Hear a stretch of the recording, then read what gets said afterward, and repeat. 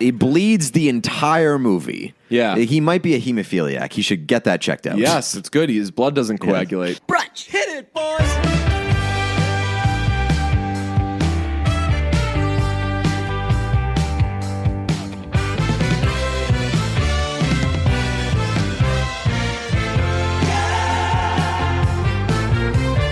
Joyful, joyful Lord, we adore thee, Pete. Yes, happy holidays, Deej. Thank you very much. Merry Christmas. Yes. A good,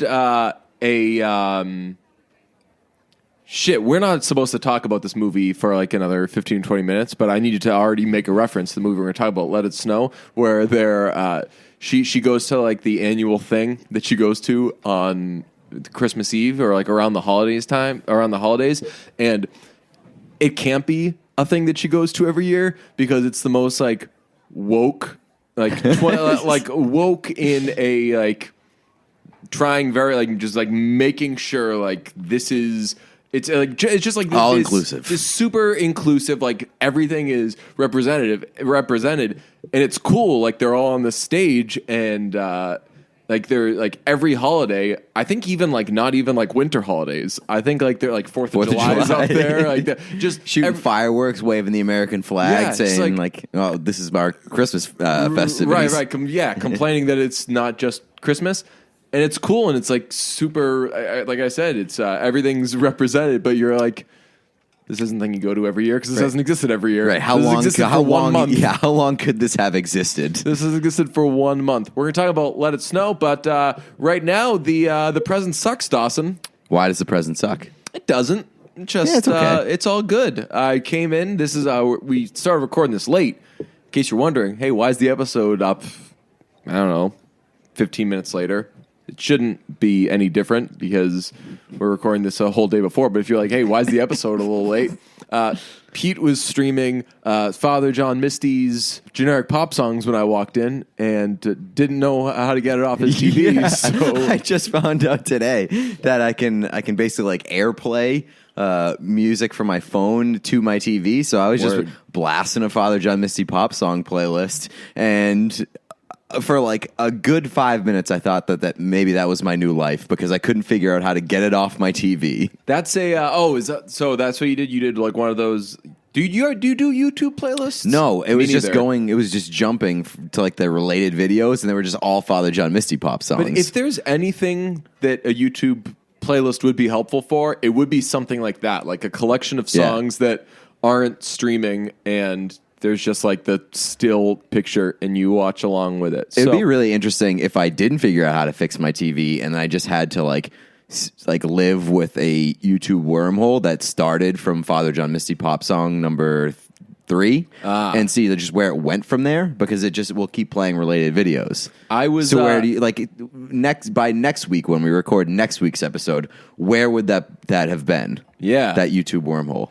I was listening to the now Grammy-nominated Album of the Year that's definitely going to lose nominee, Father of the Bride. And when it ended, you know how... I don't know if Apple Music does this. When an album ends, if you don't have it on repeat, it just like starts a radio station based off of that. That's interesting. It's kind of cool. It is, sort of, but I think that kind of... I don't know. You can like pick up some stuff that you're... I think that... I very rarely listen to an album all the way through on Apple Music.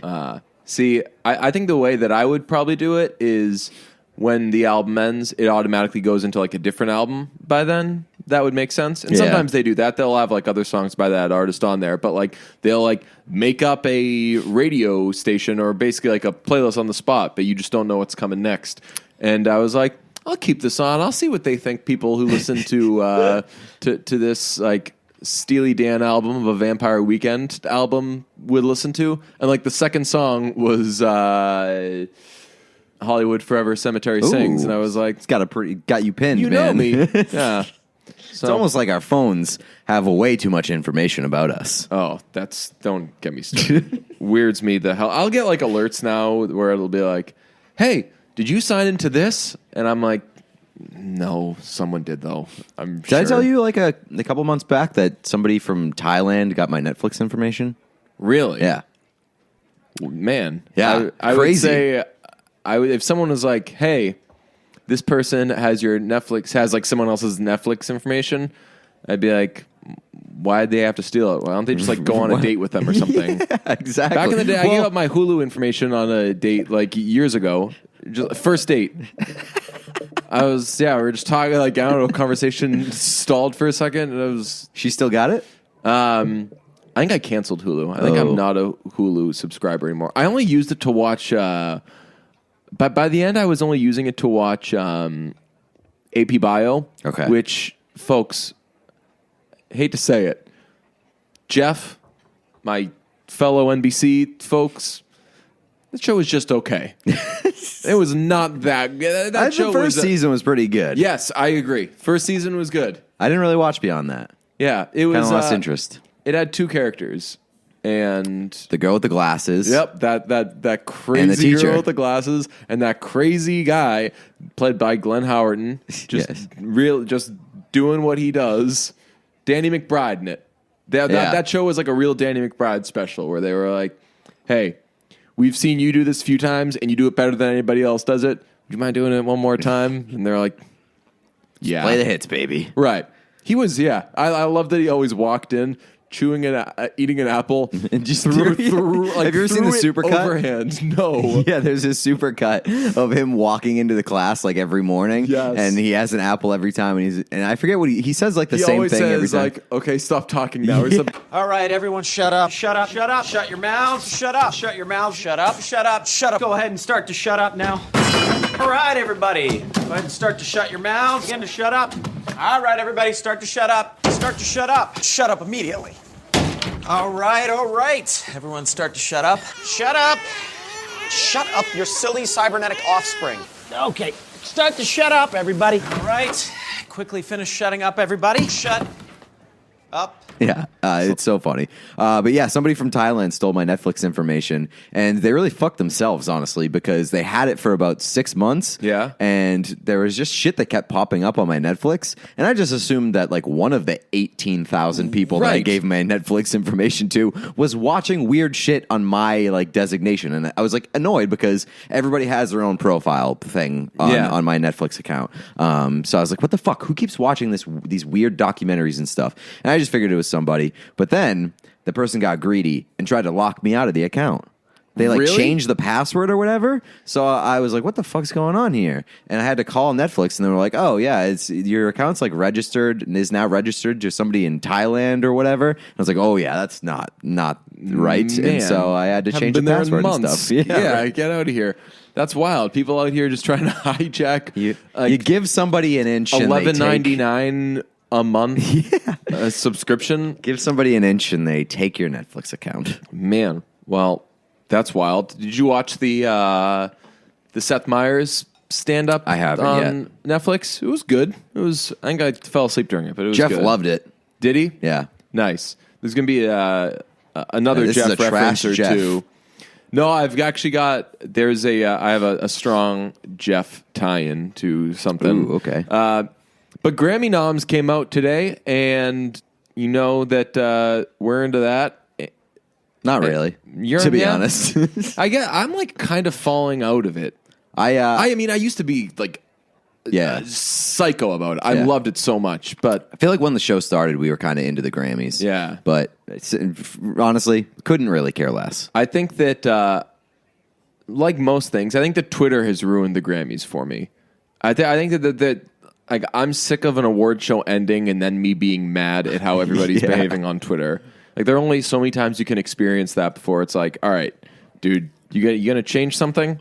That is true. Like award show Twitter has gone from being the best to being the absolute worst. Terrible. Because you just followed Billy Eichner and you laughed along all night long, and everybody you just take screen caps and like make gifs and jokes about like all the shenanigans going on. What's this guy doing? Right. And there would be like something funny that happens on stage. Everybody would have a good laugh about it and not really care about the awards. Yeah. And now it's just become like, let's get mad about this now thing everyone's winning. like, Casey Musgraves. Oh, I haven't even heard the album, but I know it sucks. That will go down as my least favorite tweet of all time. Shea Serrano, when the Grammys ended, he was like, man, like the Grammys always make you think they're gonna get it right, and then they're like, nope. And I want to respond and be like, What Didn't he like? What didn't you like about the? And Did he just come out and say like I haven't heard it? right? Yeah, That drives me. that's crazy. Of that all drives me people, nuts. Shea Serrano being like, "This sucks," but I haven't heard it. Yeah. Wild, but whatever. I feel like Taylor Swift started that. By the way, What do you mean? Taylor Swift winning Album of the Year started like, let's all be mad about awards Oh stuff. well, I was I know you were. at the front of that line. I was Taylor Swift over way at the Kendrick back. Lamar. Get 1989. out of here. 1989. Absolute classic. Very good album, I would say. What was it? Good Kid? Was it Good Kid, Mad City, or I think it was Tim Butterfly that it beat. That no, like you want a real classic, and 1989, you can say is like. I don't know. Classic's tough. We're not going to live long enough for anything that's come out in the last 10 years to be considered classic. Also, I don't know if I've mentioned this. All these like 100 best songs of the decade lists keep cares? coming out, and I mean, I'll peruse them. But man, everybody's acting like royals and somebody that I used to know, and I don't know. There's probably like a third aren't the best songs of the last 10 years. Look. Royals is amazing. Somebody that I used to know was always, for me, just kind of like, yeah. Somebody that I used to know, I think, is unbelievable. And Gautier in general, I've got some questions there. What the hell happened? He had like the biggest song. The rest of that album had some amazing songs. In Your Light by Gautier, man, you want to talk about the playlist? I'm about to pop that on there. That is a hell of a song. The playlist has been just live lately, too. Yeah, I just like throw stuff willy-nilly. New great song that I didn't know is old. Casino Yes. by Holiday Sidewinder. That song is amazing. Led to a great Instagram story from you. Oh, thank Very you very good, much. yes. I got some. I'll tell you the end part got that. That's what got all the action. The Ed Sheeran thing? No, it started with like late breaking song of the year candidate. And then followed up with, turns out the song was in fact released in 2017. Then, like, watch out for this guy. Or like, best new artist, Ed Sheeran, yeah. Shape of You. Which, like, whatever that Divide was, like, his, like, 14th album. And then the last one was the Flea Fox's picture. Bet the drummer goes solo. Yeah. That got Pretty some good. either clapping hands emojis or, like... from people, from like friends, like how many people still follow you after this? Fair enough. On the subject of old ass songs being in the now, we mentioned for a second recently when we were talking about like how Lizzo is kind of finally getting hers this past year. Lizzo is nominated for every Grammy. She's nominated for Album of the Year, Record of the Year, Song of the Year. No problems with that. I would agree that she is the caliber of artist that should be getting Song of the Year, Record of the Year nominations. But those two were for a song that was released in 2017. Truth Hurts, which came out in 2017, is up for Song of the Year and Record of the Year at the 2020 Grammys. That's Even insane. for the Grammys, Yeah. which like this coming year is going to give Best New Artist to Billy Joel, that is like falling way behind. Yeah, like, but it's nominated because she released it with her 2019 album. Obviously, I think somebody explained it. I think it's slightly different than that. She didn't submit it for Grammy consideration in 2017 or 2018. Right, I'm like, there should be like a statute of limitations on that. Right, for sure. I got to go check, but you can't be like that. It would be funny if it led to like people from 2004 being like, "Oh shit, I can do that." And, like Yeah. they just forgot to file, and so like in 2022 they're just like, "Oh yo, how about Hot in Here by Nelly? I'm going to submit this." be like, yo, this is a banger that we all really slept on. You can't do that. There's got to be an expiration date, and it's got to be like 12 months. That would be like, you know what I was saying last week? I really like that. What I like about doing the playlist at the end of the year, like my 50 favorite songs. The cool thing about that is keeping those playlists, and then later I'll hear a song that I'm like, what song? This song's incredible, and it's from like 2016, and I'm like, man, I didn't even know in 2016, as I had all these favorite songs, that there was an absolute gem out there. And obviously, I mean, that boils down to there is more music exists than one person might hear in a given year. Yeah. But that doesn't mean that I can, like, I'm not adding a Dirty Projectors song from like 2012 to my best of 2019 list. It's not what I was doing. And it happens a lot. 2019. It happens a lot too, like at the Grammys, where you're like, "What? This song came out a while ago," but a lot of the time, it's because like they missed the Grammys cutoff or something. Right. So it's a couple. This is not a missed cutoff. This is 3 years ago. Yes. So it's a dirty trick by Lizzo. And I would say. I wouldn't say it's. I just think that, like, the Grammys got to be like, no, sorry. Sure, I don't blame her. Fine. Yeah, it's it's insane that it's allowed to be nominated. Like, I don't know. Would Thank You Next qualify for this year? I would think it would. Yeah, probably. Yeah, that's not up for Song of the Year or Record of the Year, and I don't think that that's necessarily deserving of winning either.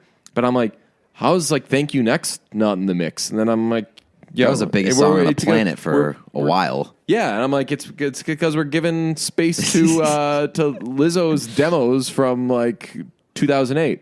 I would Shouts out Lizzo, unbelievable. And this was like this year, much like new addition to my listening life, Holiday Sidewinder. Her album is like a bunch of songs that she's had, and she's released as singles. And then in 2019, she was like, "Yo, I've got all these singles. Let me slap them on an album." I got all this like, shit lying Moo around. would do something That's what like I was that. gonna say. Like, I can't wait for Moo to win all the Grammys in 2021 because all the songs that she just released as singles were bangers. And So then just like put them in an album. Yeah, make 2 new songs, Yeah. slap them all together. I said that as an too. album. Like a month ago, I was like, if Moo put all these in an album, it would be like one of the best albums of the fucking decade.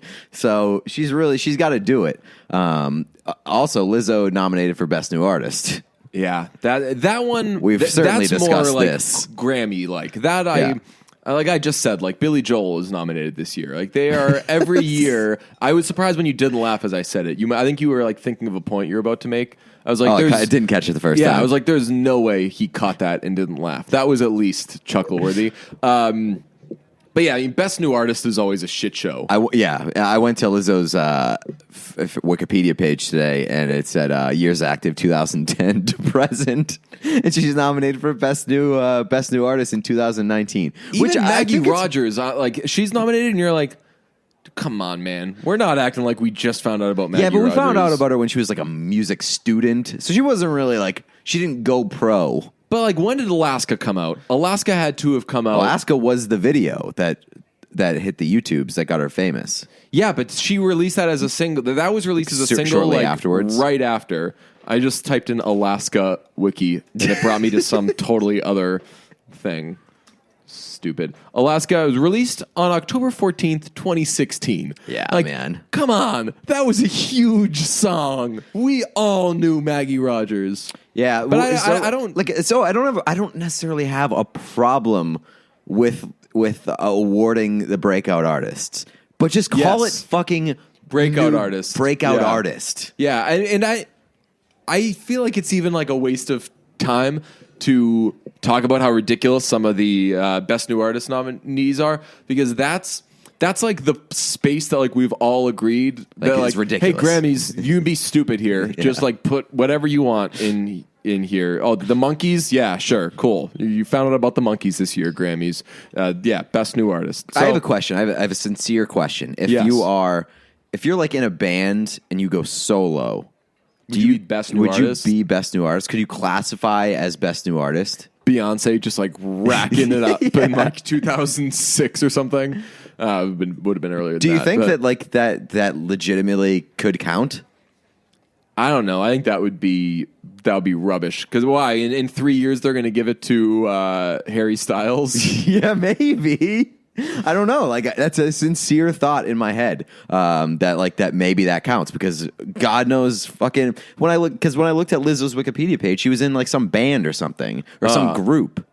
Oh yes, yeah. In like the early days. But I mean, she wasn't super. I'm assuming she wasn't super famous or whatever, but like she was still around and active. I'm not even going to voice my like thoughts on any sort of social media because like everything is so like you're either for us or against us. That like Lizzo fans will be like, you're not on our team, right? You don't and like so, Lizzo, and so like complaining about Lizzo being Lizzo. So complaining about I'm very cautious because complaining about Lizzo being nominated for Best New Artist makes it seem like I'm against anti-Lizzo. I love Lizzo, but she is not a new artist. Yeah. All right, let's just sprint through some of these. Record of the year: Hey Ma, Bad Guy, Seven Rings. Why Seven Rings over Thank You Next? Hard Place. Yeah, Seven Rings is not good. Talk, Old Town Road, Truth Hurts, or Sunflower, which I initially was very excited. I was like,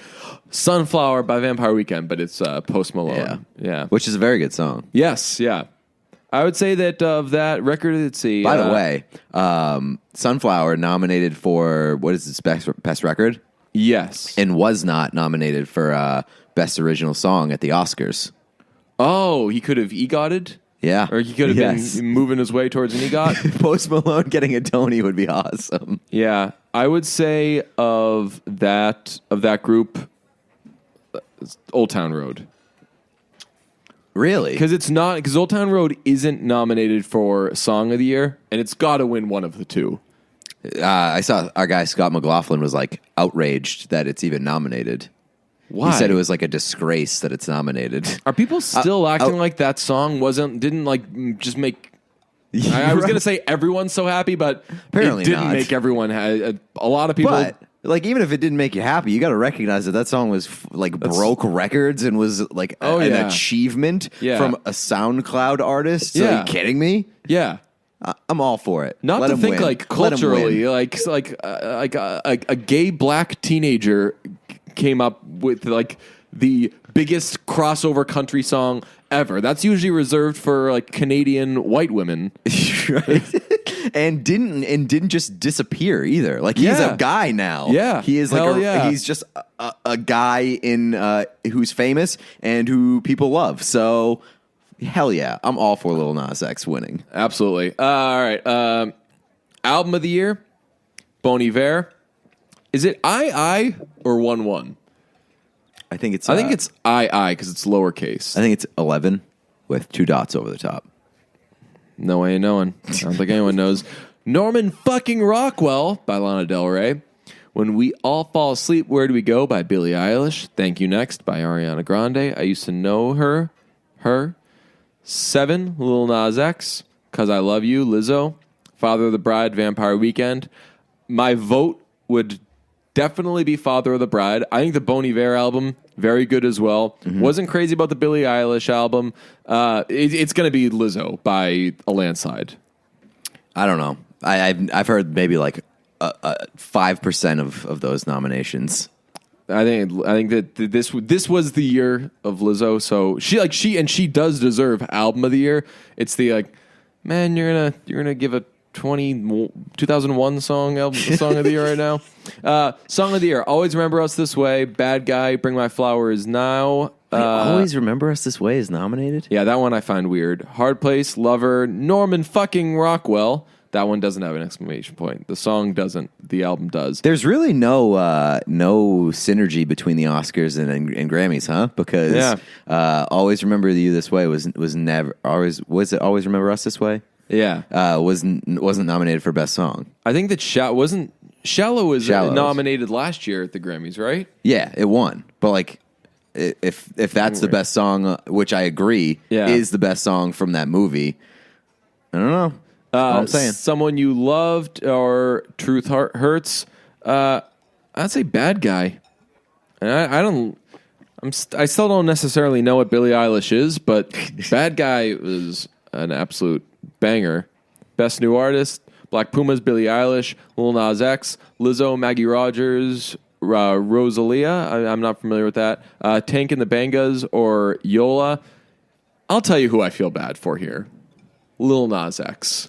Oh yeah, he doesn't. Stand he was a chance. A new artist. Yeah, he doesn't. Stand he was a chance. A new artist. Like even like hasn't Billie Eilish been around for a while? I know that she's like 4 years old. I looked up her too today. She had a top 15 like on the charts EP in 2017.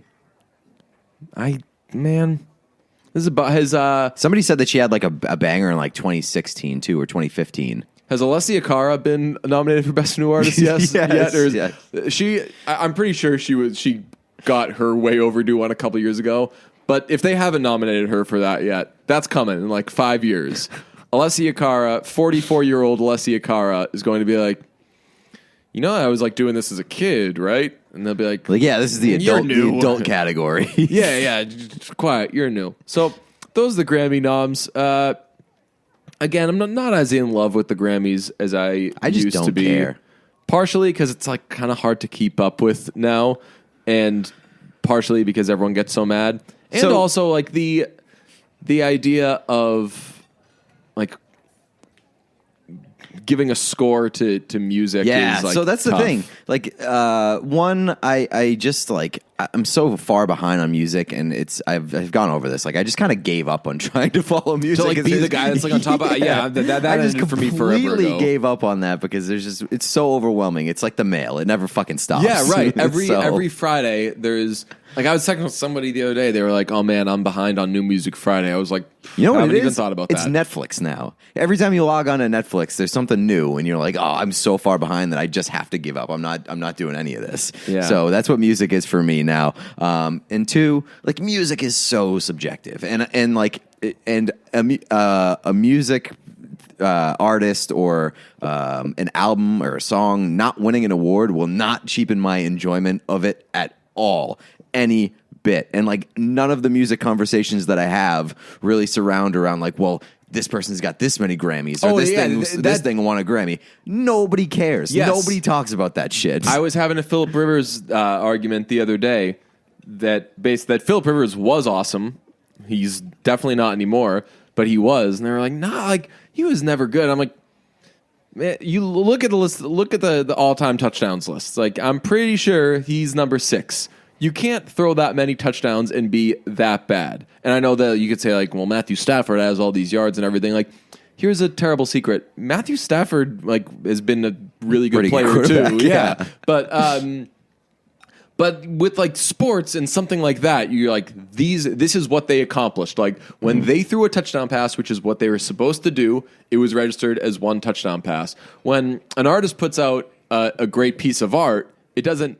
It's not like and here is your and here is your certificate. There's no counter. Of yes. So and that's what I love. You say to somebody like, "Hey, how many good albums does Red Hot Chili Peppers have?" They'll say 0. They'll say 10, and I guess like a lot element. of people could make the same arguments about movies and stuff, and there's truth to that. But I do think that there is a more measurable scale for like a great movie as opposed to a great song or whatever. Like it's easier to like sort of quantify or qualify, I guess. So it just like you can say like the lighting was good in this, or like they did, like this was done well. With music, you can. It's always like this was like this. I wonder why, and it's like it's everything seems like more of an artistic choice. So it's harder to call right or wrong. And I feel like movies can be all things to all people, and sort of like be way more accessible to a broader audience than a lot of music can be. Yeah. So I don't know. It's I just don't. I can't get worked up over the Grammys or even care. So if you can, God bless, Godspeed. I hope all your favorites win. Best response on the whole Lizzo thing is my coworker Robbie Buckets responded, "It's because Truth Hurts sat out for 3 years, and now it's just the first year it's eligible for the award with a gift of Ben Simmons." That's so good. That's like that's one of those takes you wish you thought of. Pretty bummed someone else got that one. How's the Patreon doing? The Patreon is very, very close to accomplishing our first goal, which we set this week. You guys want a holiday song? You're about to get one. Maybe. Yeah. If you get there. Our Patreon has taken shape. We have a goal that if we hit 100 patrons, DJ will record the, what are we calling it? Do we have a name for it yet? Yeah. Oh, the holidays? Nope, that's not the name, but there's a name. Okay. The holiday song that every now and then, for like a second or two, I've referenced, sang a little bit of. And there's only one part that I remember doing a couple times. So I've just like made the song around that. Okay. Yeah. So if we hit 100 patrons, But it's about the holidays only coming once a year. that's true. And so if we hit 100, then we're going to release that song. Well, DJ's going to record that song, a studio version, which is going to be great. And then we're gonna release it to the people. And we are very close. I think we're at like 94 or 95 patrons. So if you wanna hear that song and you're not subscribed to our Patreon yet, you can go to www.patreon.com/listenerbrunch. Also, we sort of like tweaked the tiers a little bit on our Patreon. So now we have a $1 tier and a $2 tier, which we've had basically forever. And we added a $4 tier, which makes you it doesn't really give you any added benefits. It's just just knowing that maybe you're better than everybody else, which is nice. The way I think of it, a $4 tier is there's generally 4 episodes a month. And that's $1 an episode, which would be super cool. And that comes with all the backlog. If you want to listen to a couple weeks ago, didn't even pay for it, you're allowed to do that. Yeah. And you also, if you subscribe to our Patreon, you can go back and unplug your ears for all those secret Patreon reviews that we did. That's true. You're no longer locked out. Everything gets unlocked. So we're at 95 right now, so we need 5 more patrons. Yeah, get to 5 more, and then the sooner the better, because technically, the song can't start to be worked on until it's funded. So the sooner you guys do it, the sooner it gets worked on, and then you want to have it in time for the holidays. So get on it. If you're already subscribed to the Patreon, don't do anything else. You're good. Yeah, that's right. And as we talked about last week, please give us ideas. Let us know what you want us to do. Reviews, an episode of whatever. Right, yeah, movie reviews, TV show reviews, fake ad reads you want us to read. Just leave it on the Patreon. We'll find it. We'll take the good ones.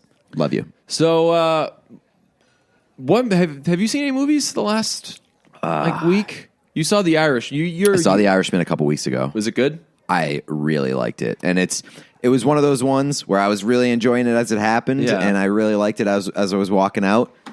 I'm fucking dying to see that movie again. Really? Yeah, and it's 3.5 hours. That says a lot. It stinks. I want to see it in theaters because watching it at home for 3.5 hours. Yes, I'm gonna get up and start doing stuff. Yeah, you should definitely see it in theaters. You know what I'll call it?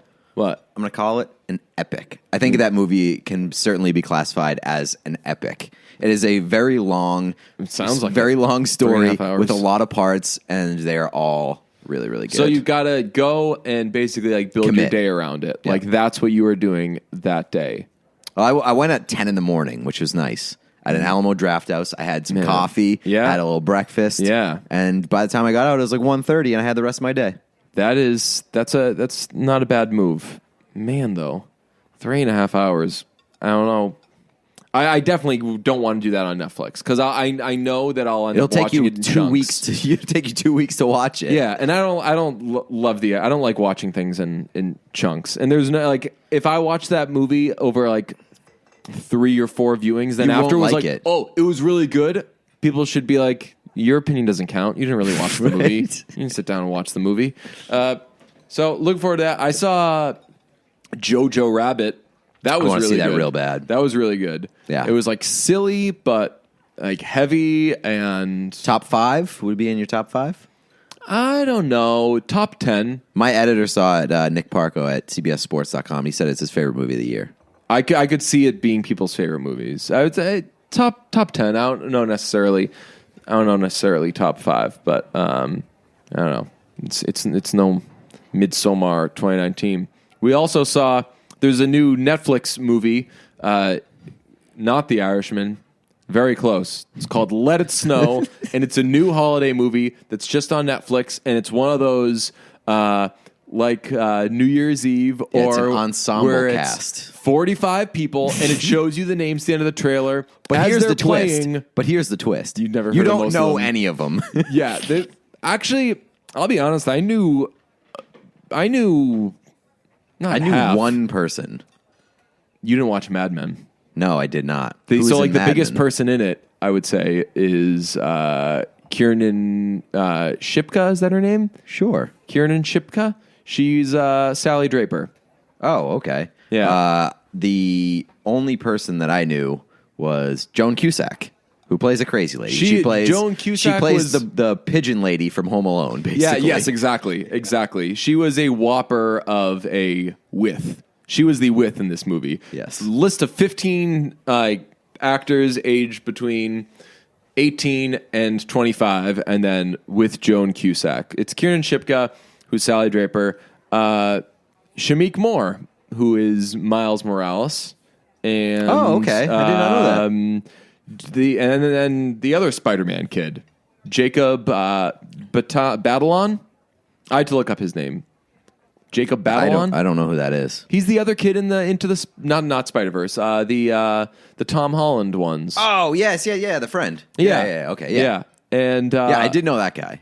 And also the stoner kid from Blockers as the stoner kid in Let It Snow. I didn't make the connection, but I knew that I'd seen that kid from somewhere. Oh yeah, and that kid's wreck. I feel like we talked about that kid when we saw Blockers. Probably. We were like, that kid's gonna always play a stoner, probably. But he was. I felt like I'd seen that kid, but I just assumed that I was likening him to every stoner in every movie before because he just had it down. So this is a holiday movie set in a town in Idaho. Is it?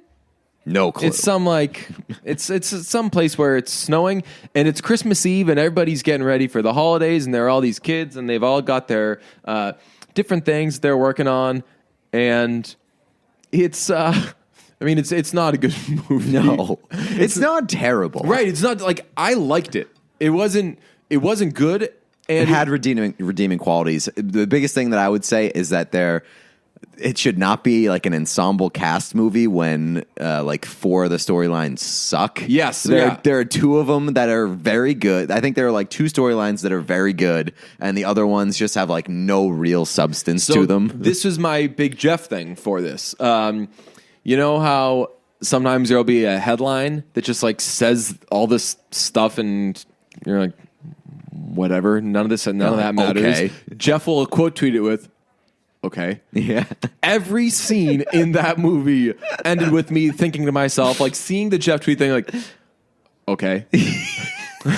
That is every scene in that movie. And late in the movie, the kid from Spider-Man who wants to be a DJ is saying something to the stoner kid. He's like, I gotta do this, and then I can spin this party, and then I'm gonna be famous, blah, blah, blah. And he finishes like whatever his problem is. And the stoner kid says, okay.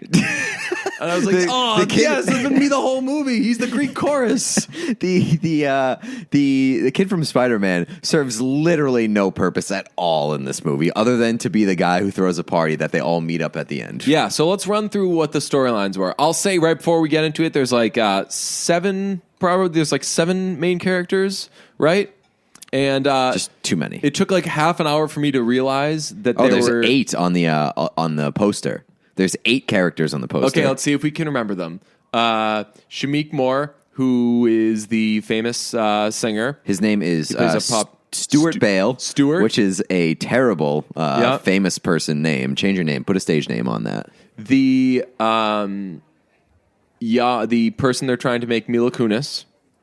Who's that? Oh, is that the girl who's obsessed with her boyfriend? The very obsessed with her boyfriend. Very annoying if attached to her phone girl. Got yes, that's the girl who just got into Columbia. Yep. And is worried for her sick mother. That's 3. The friend from Spider-Man who wants to be a DJ and wants to throw parties. Yes, he's on the cover. The will they, won't they? They definitely will. Couple of Sally Draper and some kid who I feel like Aaron I've Samuels. seen. Yes, he looks like Aaron Samuels, and I was gonna say he looks like a combination of every like nice guy in a '90s, early 2000s movie ever made. Yeah, just a complete combination of all those people. And then, last but not least, you got 2 more. Okay, the only measured one of them, the girl who works as a waitress, who is the best friend of the very self-centered on her phone girl, correct? Who wants a pig, and correct. she wants to own a pig. And the 8th one, I don't think you're gonna get. The 8th one. would be, is it JP? It is JP. Wow, JP. JP gets the poster, which is crazy. Yo, get the poster, young man. Yeah. Please, let's make that a term. Yeah. Get the poster. Like, man, I hope he gets the poster for this because that's a great term. Yeah, we should get definitely the poster. put that one in the bank. Get the T-shirt. Get the poster. Get the JP poster. got I'm the writing that poster, down. which is crazy. JP got the poster.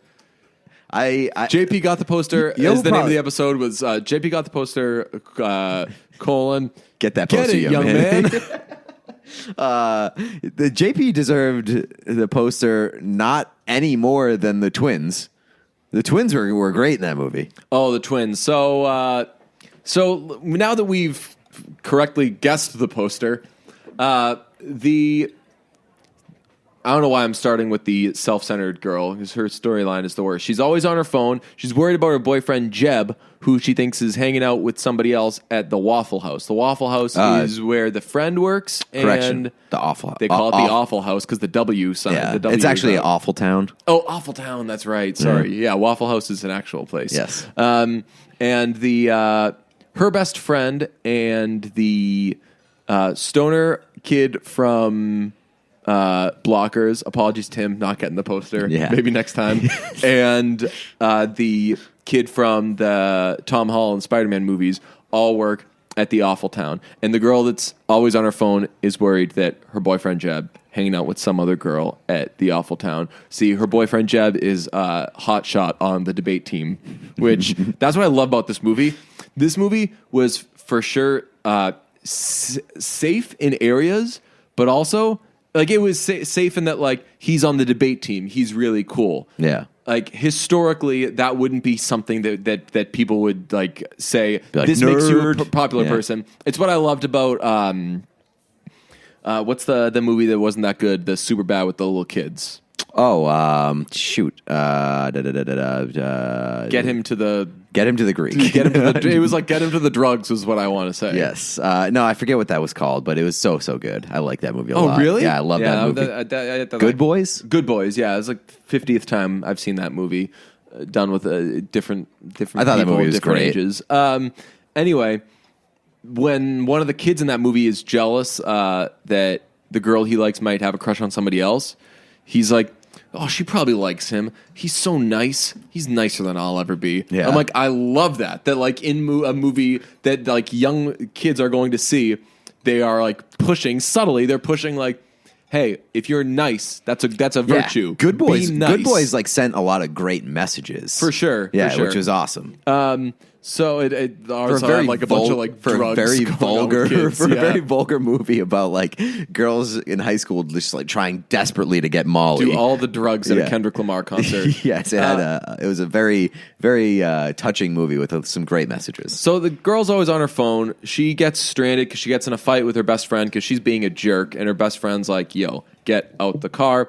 So she's like wandering around, gets picked up by the woman who's the tow truck woman, who is Joan Cusack, who, as you said, very clearly they lay it on. This is the pigeon woman from Home Alone. So she rides around with her. She loses her phone, breaks it. They go back and forth, having a dialogue between a boomer and I don't know, it's like a Generation X. F or something, Yes. whatever those are. And that's like that storyline. Whatever. Yeah, no one cares. It's bad because there's dialogue. right. So whenever that's a bad sign in this movie. Whenever there's dialogue, not good That's news. not true. There are some good lines early on the like two storylines, There- two characters basically. Well, then let's get to this next one. The friend from the Spider-Verse is wants to be a DJ. He wants to throw a party, and it's important he throws a party because he wants to DJ it, and there's a DJ that's going to come by, check out his chops. I don't know if this DJ is like an A&R rep or something, but it's very important to this guy that he's DJing in front of people and getting a good crowd. And going for that clout. His name, yeah, that's right. His name is he spells it out. It's like DJ K star P $sign or something. Yeah, it's like And K he's- star pow dollar Yeah, sign. and he spells it out, and they're like, and the Aaron Samuels kid is like, "What's that supposed to be?" And he's like, "Oh, obviously it's," and he says it out, and he says back, Sounds like a text message a baby would write. Yeah, that's pretty good. That was hilarious. Yeah, there's the other line that I wrote down as being awesome is when the girl who got into Columbia brings the pop star kid back to her to meet her parents, and the Her dad mom and grandfather. Yes. Wait, is it the grandfather? Yeah. Oh, okay. The grandfather says, "I Googled you. You grab your crotch a lot." Yeah. Pretty good. Yeah, that was good. There was also a good line between she said, like, if he breaks up with you, he's the stupidest person, stupider than those people who blow on ice cream before eating it. I was like, hell yeah. I don't know if that's even a thing, but that's so what a line. What do you blow on ice cream, bro? It's very, very good. So those are some of the. Then there's the will they won't they couple is. I like that storyline. Yeah, that's the only one that really you're following. Yeah. There's Sally Draper and her friend Aaron Samuels, and he has a big crush on her. And you can see, they reveal that he likes her, but they don't let you in on whether or not she likes him. And they get invited to a college party. They're in high school. They get invited to a college party by this guy JP, who is a year older than them. I guess we can talk about JP as well because he's on the poster. This couple of friends, they're both into like music and record collecting. They have all the same interests. They're like best hunting. buds. Yeah, and they go to this party that they were invited to by this JP guy, and Aaron Samuel's pretty bummed out because he's like, man, I think my girl likes JP. I think my girl likes JP. Which I don't blame her because he's the nicest guy He ever. was so he's nice. the nicest guy ever, and he's super handsome. That's definitely. I'm glad that that's like something that is put into a movie because it's rarely done. Where like when he wants the girl, but she might likes be after somebody else. They always make the somebody like else a dick. like you know who he is? Gaston. Mark. Yeah, Mark from Midsommar. Right. Like that's they always always the make guy. him like some absolute clown that it's such a no-brainer that Right. yes, well they should want the main character instead of this other person. What happens when the person they like It's like a is pretty an nice person, awesome dude, and let her choose. yeah, that's what. Yes, I'm glad they're putting that into movies, and that's what JP is. JP is so nice. He's very especially nice- supportive of the other kid. He's especially nice to Aaron Samuel so much that I don't know if this was a red herring, but I thought the twist was He was that gay. He invited them because he wanted to hang Yeah. out with Aaron Samuels. Yeah. Right? Did Yeah. you think that? I thought that too. I was like, Okay. oh, is he gay? Are they going to make that like the twist here? Right. Because It's- I was like, that would be that's not something that's always put into Because movies at one where- point too, he's like, oh, he must do really well with the ladies. I thought that that's was when I supposed was to be like a sign. solidified. Yeah. He's at okay. This is JP's into Aaron Nope. Samuels. Just turns out he's a nice kid. He's just like a really sweet person who's like, hey, I hope that you're doing well in all aspects of your life.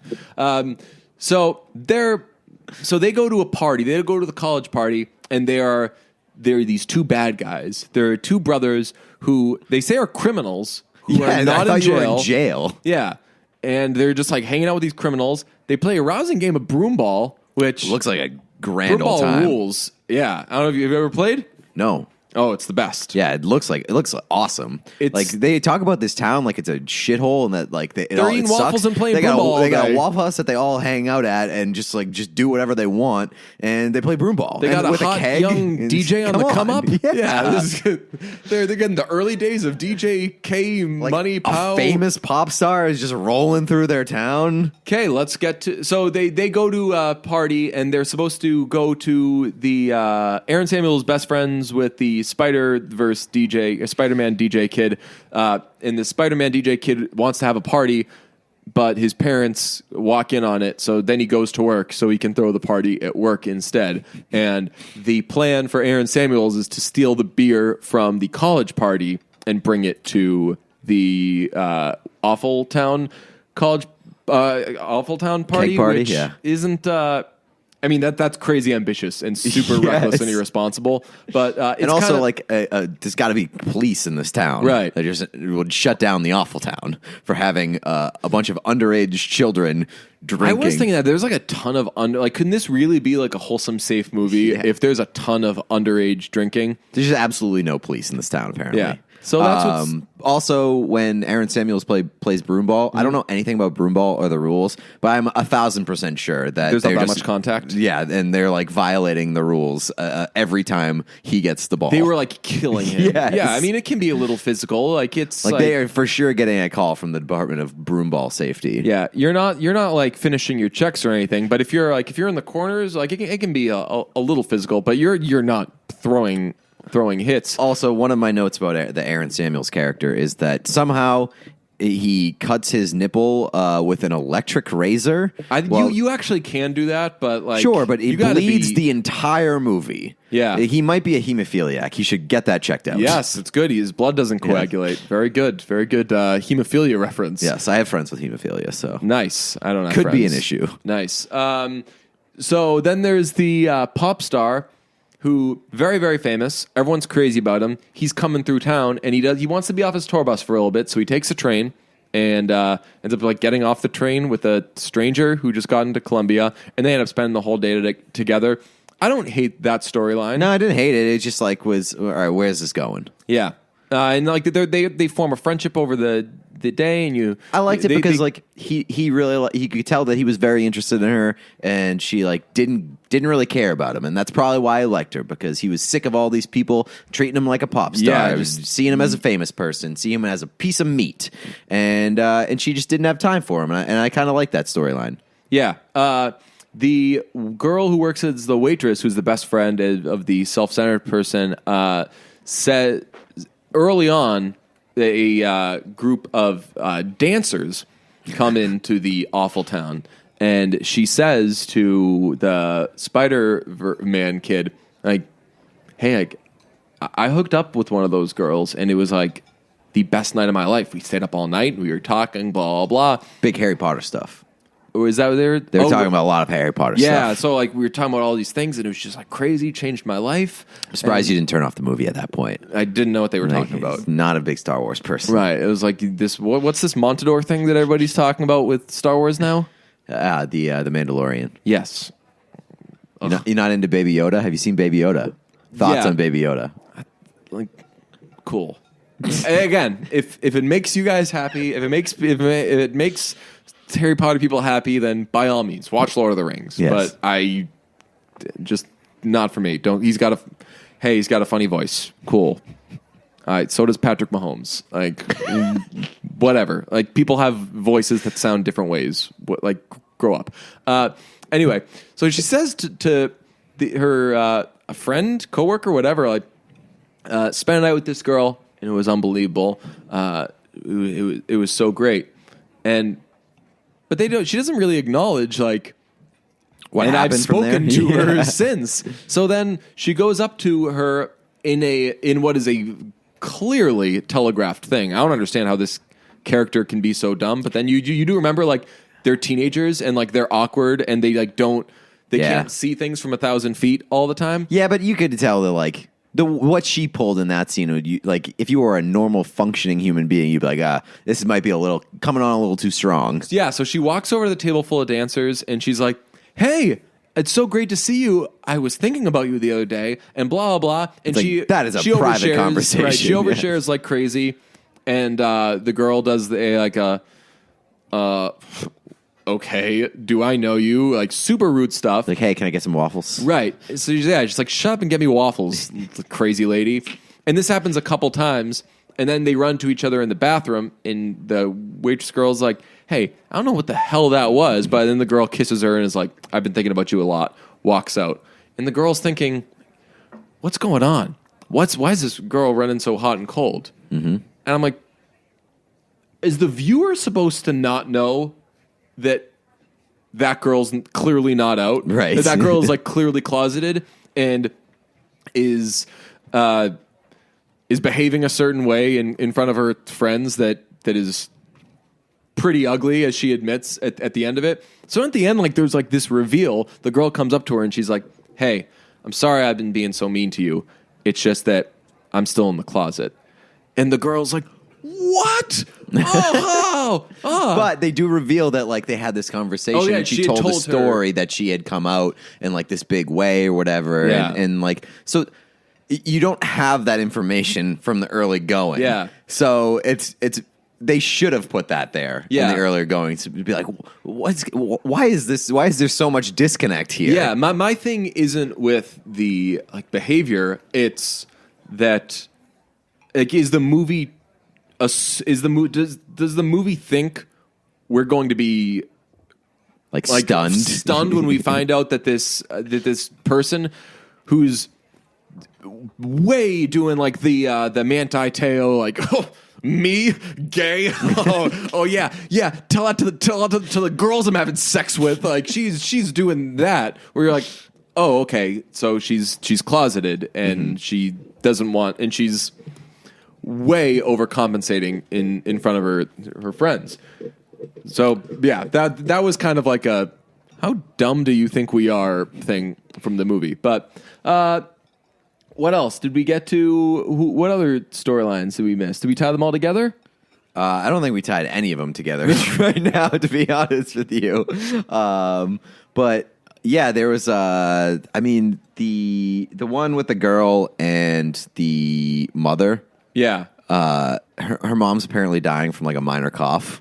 Oh yeah, I don't think they say what's wrong with her. Yeah, it's like I think it's like assumed that it's cancer, but like the mom comes home and she's just like dancing around the house, and then all of a sudden she's like, yeah, and it's like dancing around the house to 100 years ago by Rolling Stones. This movie, a bit of a Stranger Things with the soundtrack, really like dumping a lot of hits into it, and like, hey, we've got a big. You might not know any of these people in our ensemble cast, but we got some songs for you. We got Joan Cusack and Rock the Casbah. Hell yeah. Instead of getting people we decided to spend 80% of the budget on song rights. Yeah. And here's Joan Cusack. The most awkward part of the movie is when, after they escape with the beer that they've stolen. Well, that's not true. The most awkward part of the movie is all of it. Yeah.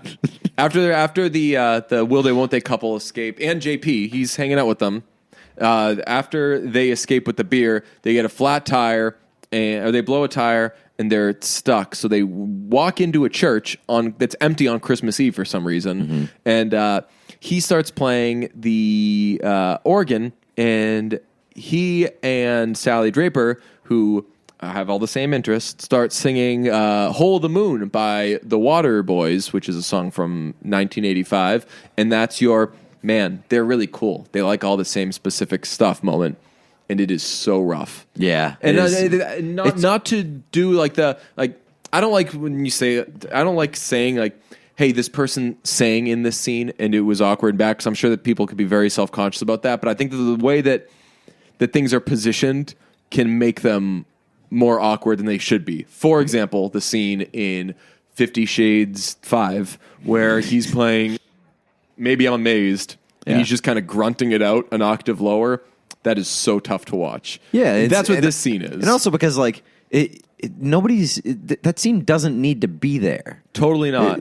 Right? Like, but they're singing along to it, and they're singing it in octaves, which is rough. And he continues to sing it, and she gets up and starts dancing with JP. So like he's basically accompanying them dancing, and then he's like, stops playing the song. He's like, fuck this, I'm out of here. And storms off, and then they get in a little fight. So I Googled, like, what's going on? Why was that in the movie? And the first result from Rolling Stone, the Waterboys' Hole of the Moon is having a moment. Oh, God. The 1985 hit has recently appeared on The Affair, Let It Snow, and U2's tour. What? It's let's see. The Waterboys' classic song of has been having a moment lately. Got that. Not only is it cropped up in more than one TV show and movie, it's also U2's go-to track for warming up the crowd before shows. Wow. So this is Rolling Stone. Was the Lana Del Rey thing earlier that we discussed also Rolling Stone? I think that was Up Rocks. Oh, okay. Yeah. So is having a moment? Yes. Because it clearly is. Didn't we? Well, we were the first to break that Ludwig Göransson was having a moment. Yes. Yeah. Hey, congratulations to Ludwig Göransson. He did one of the arrangements on Father of the Bride. So the moment continues, my friend. Here's to you. This is now this is now twice that I know what song U2 plays before their concerts, because famously Wake Up by Arcade Fire was like that was like a big part of Arcade Fire's rise, that U2 played that song to as like their walk-on music or something. That song was in everything. Here's an aspect. Well, congrats to Run the Jewels, because they did We Are the Champions. Oh, right. That's a great walkout song. And then Queen, everybody found out about Queen, apparently. That's true. They made a movie where the music was great. So I said this movie was careful, but not too careful. Like, I had a tough time with Love, Simon, because everything was like... It was careful, not woke. Everything was like to the scale... Everything was like... They took a movie and and like a lot of the storylines or whatever, and then did like times 0.3 enter. And then like that was Love, Simon, and it was all just kind of like middle of the road. Yeah. This movie was careful in areas, but definitely not too careful, and it intentionally had some like, Jesus, why is that line in the movie moments? Such as, you're the most important person to me. If you were in a burning house with Beyonce and I could only save one person, I would let Beyonce die.